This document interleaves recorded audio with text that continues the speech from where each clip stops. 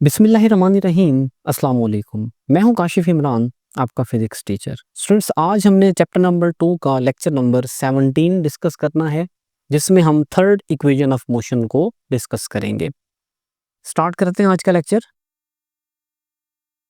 Previous lectures में students मैंने आप लोगों को बताया था कि हमारे पास जो थर्ड इक्वेशन ऑफ मोशन है वो होती है 2as is equals to vf square minus vi square. इसमें a हमारे पास क्या है स्टूडेंट्स? एक्सेलरेशन है। s हमारे पास क्या है? डिस्टेंस है। vf क्या है? फाइनल वेलोसिटी है। और vi हमारे पास क्या है स्टूडेंट्स? इनिशियल वेलोसिटी है। देखिएगा, suppose a body is moving with uniform acceleration. Let करें एक बॉडी है जो यूनिफॉर्म एक्सेलरेशन से मूव कर रहा है along a स्ट्रेट लाइन में विद इनिशियल वेलोसिटी vi। एक बॉडी हमने लेट करना है जो मूव कर रहा है यूनिफॉर्म एक्सेलरेशन a से, और उसकी इनिशियल वेलोसिटी क्या है स्टूडेंट्स? vi है। आफ्टर सम टाइम उसकी जो वेलोसिटी इनिशियल vi है वो फाइनल बनती है vf in time interval t।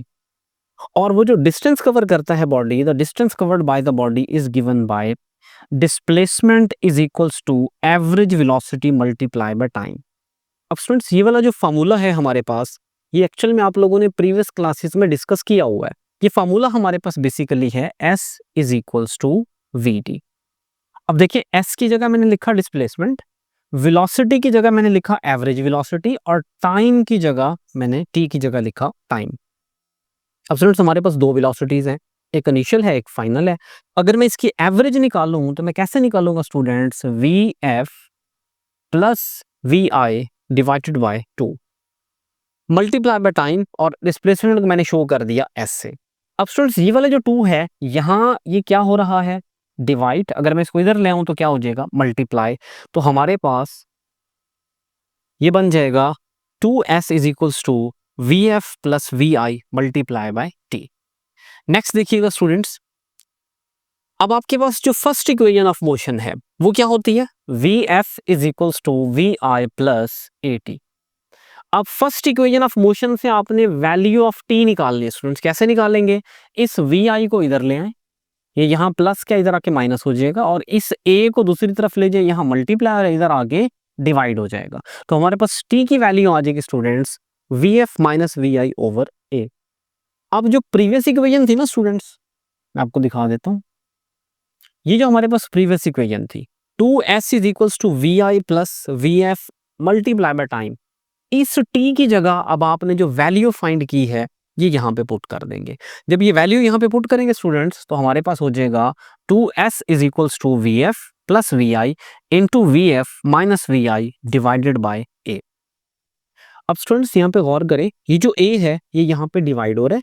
अगर मैं इसको इस तरफ ले आऊं तो ये यहाँ क्या हो जाएगा? मल्टीप्लाई। तो हमारे पास क्या बनेगा? 2as is equals to vf plus vi into vf minus vi। अब स्टूडेंट्स, एक अलजेब्रा का बड़ा कॉमन सा फार्मूला है, आप लोगों ने पढ़ा होगा प्रीवियस क्लासेस में। a square minus b square equal होता है a plus b into a minus b। अब स्टूडेंट्स, इस फॉर्म को अगर आप देखें तो ये a plus B and a minus B की फॉर्म में है, तो क्या हम इसको यूं नहीं लिख सकते a square minus B square? Definitely लिख सकते हैं। तो हमारे पास क्या हो जाएगा? 2as is equals to vf square minus vi square, और ये हमारे पास students third equation of motion का मेथड है। अब हम बात करने लगे स्टूडेंट्स ग्राफिकल मेथड की। अब एक बात मैंने आपको प्रीवियस लेक्चर्स में भी बताई थी स्टूडेंट्स कि जब हम ग्राफिकल मेथड की बात करते हैं तो हमने वेलोसिटी टाइम ग्राफ ड्रॉ किया था फर्स्ट इक्वेशन ऑफ मोशन में भी, सेकंड में भी, और सेम वही ग्राफ हम स्टूडेंट्स ड्रॉ करेंगे थर्ड इक्वेशन ऑफ मोशन में भी, और उसी ग्राफ से वेलोसिटी टाइम ग्राफ से हम थर्ड इक्वेशन ऑफ मोशन को ड्रॉ करेंगे। तो देखिएगा, third equation of motion can be derived by velocity time graph. हम इसको वीटी ग्राफ से ड्रॉ कर सकते हैं। For object moving with constant acceleration a, एक बॉडी है जो कांस्टेंट एक्सेलरेशन ए से मूव कर रहा है, कवर्स डिस्टेंस s, और वो डिस्टेंस कवर करता है s। Let the velocity of a body at point A is vi and which changes to velocity vf at point B in the time interval t। अब ये सारी बातें हम already भी लिख चुके हैं प्रीवियस इक्वेशंस में भी। आगे देखिएगा स्टूडेंट्स, हमने क्या किया था, a perpendicular BD is drawn from point X to D to X axis and another perpendicular BE from B on Y axis as shown in the fig। अब मैं आपको डायग्राम में दिखाता हूँ। ये बेसिकली मैंने आपको जल्दी से रिकॉल करवा दी है। एक्चुअल में ये सारी बातें हम previous first equation second equation में डिस्कस भी कर चुके हैं। देखिएगा, मैं ग्राफ से इसको बता देता हूँ दोबारा। अब देखिएगा स्टूडेंट्स, ये हमारे पास ग्राफ है। अब ये हमारे पास वर्टिकल एक्सिस, ये हमारे पास हॉरिजॉन्टल एक्सिस। अब स्टूडेंट्स आपको पता है कि अगर मैं आपसे पूछूं वाई एक्सिस पे कौन सी क्वांटिटी ड्रॉ करेंगे, डिपेंडेंट या इंडिपेंडेंट, तो मैंने आपको बहुत डिटेल से ये समझाया था स्टूडेंट्स कि जब भी वर्टिकल एक्सिस की बात होती है, यहां पर डिपेंडेंट क्वांटिटी ड्रॉ होती है, रिप्रेजेंट होती है। और जब हम हॉरिजॉन्टल एक्सिस की बात करते हैं स्टूडेंट्स, यहां पर इंडिपेंडेंट क्वांटिटी आती है। अब जैसे हमारी इस एग्जांपल में वेलोसिटी डिपेंडेंट है, जबकि टाइम क्या है स्टूडेंट्स, इंडिपेंडेंट है। अब देखिएगा, हमने इनिशियल वेलोसिटी लेट की पॉइंट ए पे और फाइनल वेलोसिटी बी पे।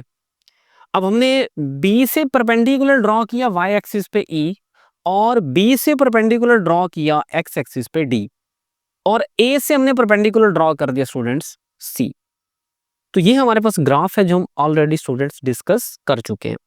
अब ग्राफ में फर्दर डिस्कशन की तरफ जाने से पहले स्टूडेंट्स, इससे पहले कि हम फर्दर डिस्कशन की तरफ जाएं, अब इस ग्राफ में एक डायग्राम है, एक शेप है ज्योमेट्रिकल, जो आपने समझनी है। और वो क्या है स्टूडेंट्स, वो है ट्रेपीजियम। अब ट्रेपीजियम क्या होती है, देखिएगा, ऐसी ज्योमेट्रिकल शेप स्टूडेंट्स जिसमें दो साइड्स पैरेलल हो और दो साइड्स नॉन पैरेलल हो, उस शेप को हम ट्रेपीजियम कहते हैं। जरा देखिएगा, मैं यहां पर हाईलाइट करने लगा हूं, मैं कलर चेंज कर दूं ताकि आपको पता चले। अगर स्टूडेंट्स मैं आपसे कहूं दिस वन, ये वाली साइड जिसको मैंने नाम दिया बी डी का, ये वाली साइड, और ये वाली साइड देखिए स्टूडेंट जिसको मैंने नाम दिया है ओ ए का, क्या बी डी और ओ ए दो ऐसी साइड्स हैं जो पैरेलल हैं? डेफिनेटली ओ ए और बी डी पैरेलल हैं। और स्टूडेंट्स देखिएगा, सिमिलरली अगर मैं ओ से डी की बात करूं, यानी ओ डी की, और मैं बात करूं ए बी की, तो स्टूडेंट्स देखिए, क्या ओ डी और ए बी पैरेलल हैं या नॉन पैरेलल हैं? डेफिनेटली बात है, ये पैरेलल नहीं है, नॉन पैरेलल है। तो पता चला, अब ये जो शेप बन रही है ना हमारे पास, इसको हम नाम दे देते हैं O A B D O, O A B D O. Students ये हमारे पास है ट्रेपीजियम। अब आई थिंक सो आपको शेप इस ग्राफ से आइडेंटिफाई करना आ गई होगी। अब जरा यहाँ पर याद कर लें, जो हमने प्रीवियस लेक्चर्स में डिस्कशन की थी ना स्टूडेंट्स, उसमें यहाँ एक ट्राइंगल भी थी और एक रेक्टेंगल भी थी। आज हमने जो थर्ड इक्वेशन ऑफ मोशन को प्रूव करना है, वो एरिया ऑफ ट्रेपीजियम की मदद से हमने इसको सॉल्व करना है। तो आइए फर्दर डेरिवेशन की तरफ जाते हैं। हम कहते हैं distance is equal to area under velocity time graph. अब ये बात मैंने आप लोगों को पहले भी समझाई थी कि students area under velocity time graph हमें क्या देता है, डिस्टेंस देता है। अब यहां पर हमने ट्रेपीजियम का फार्मूला लगाना है। ये बेसिकली जो ये वाला फार्मूला है ना स्टूडेंट्स, ये एरिया ऑफ ट्रेपीजियम का फार्मूला है। एरिया ऑफ ट्रेपीजियम क्या होता है, 1/2 into sum of parallel sides multiply by height.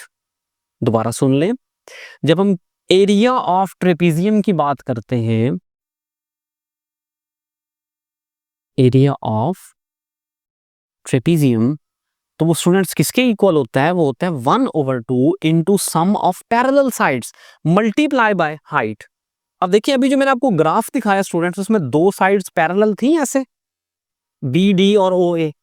तो इसका मतलब हमने यहां पर सम ऑफ पैरेलल साइड्स लिखना है, 1/2 into sum of parallel sides. इसको मैंने नाम दिया था बी डी का ग्राफ में, और ये वाला हमारे पास था ओ ए।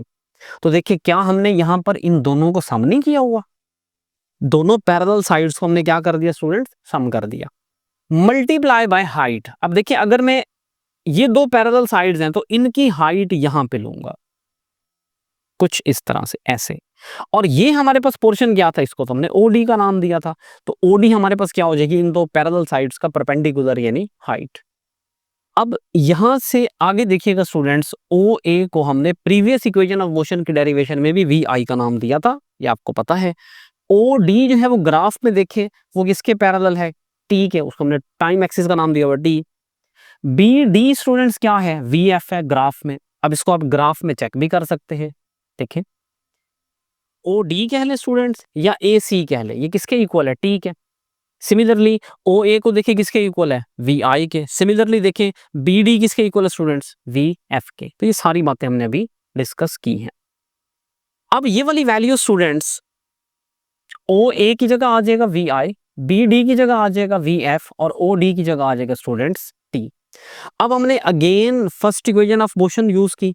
फर्स्ट इक्वेशन ऑफ मोशन से हमारे पास जो वैल्यू आएगी टाइम की, जो हमने अभी डेरिवेशन में भी निकाली थी, वो थी t is equals to v f minus v i over a. ये हमने कैसे निकाली थी, देखिएगा जब हमने बात की थी वी एफ इक्वल होता है v i plus a T.